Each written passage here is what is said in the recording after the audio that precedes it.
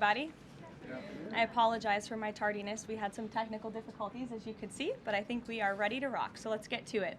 President Trump and Secretary Hegseth have made it clear that presidentially designated narco-terrorist groups are subject to lethal targeting in accordance with the laws of war. With respect to the strikes in question on September 2nd, Secretary Hegseth authorized Admiral Bradley to conduct these kinetic strikes.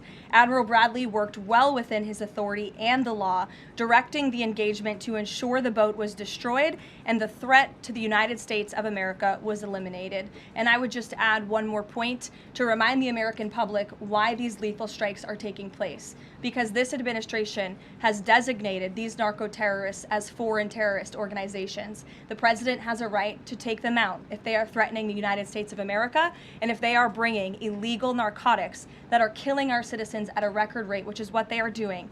You said that the follow-up strike was lawful.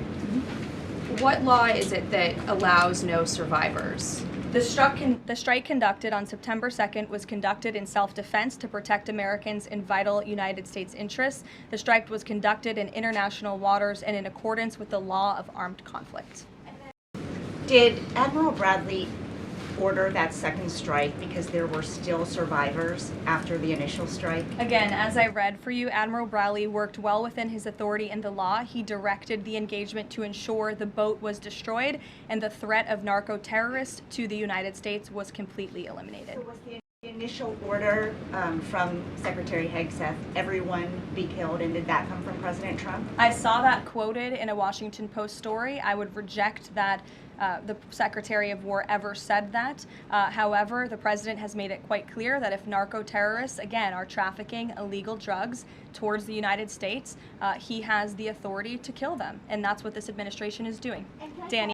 To clarify, Admiral Bradley was the one who gave that order for a second strike. And he was well within his authority to do so. President Trump is going to be hosting a meeting of his national security team in the Oval Office today on Venezuela. And what are they going to discuss? Are they hoping to reach a kind of final decision on that?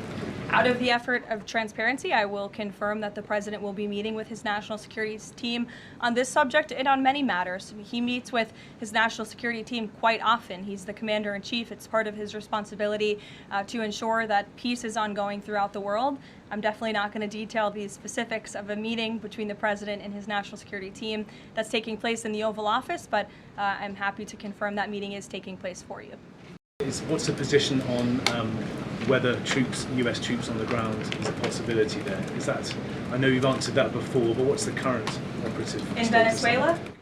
I think my previous answer stands. There's many options at the president's disposal that are on the table, and I'll let him speak on those. Ed. Andrew, I would reiterate to you the strike was conducted in international waters and in accordance with the law of armed conflict. And since somebody asked about Congress, and it's sort of related to Venezuela, I also want to add that Secretary Hegseth spoke with members of Congress who may have expressed some concerns over the weekend. And there have also been 13 bipartisan briefings to Congress on the Venezuelan strikes. There have been a number of document reviews for members of Congress to review the classified DOJ Office of Legal Counsel opinion and other related documents. 29 senators and 92 representatives have reviewed those documents, which is about 2/3 of those are Democrat members, and they have been made available to all 100 senators, all 435 members of the House, and to general counsels of the relevant committees on a bipartisan basis for their review. What imminent threat would two survivors pose who were clinging presumably to the wreckage of that boat? Again, as I said, I think you guys are sort of not listening fully to the statement I've provided. Admiral Bradley worked well within his authority and the law, directing the engagement to ensure the boat was totally destroyed and the threat to the narco-terrorists, to the United States, was eliminated. And for any further questions about his thinking, I would defer you to the Department of War. I obviously wasn't in the room for these. Just to follow up, Caroline, just on the administration's policy when it comes to survivors, was there a change in policy after this strike on September 2nd?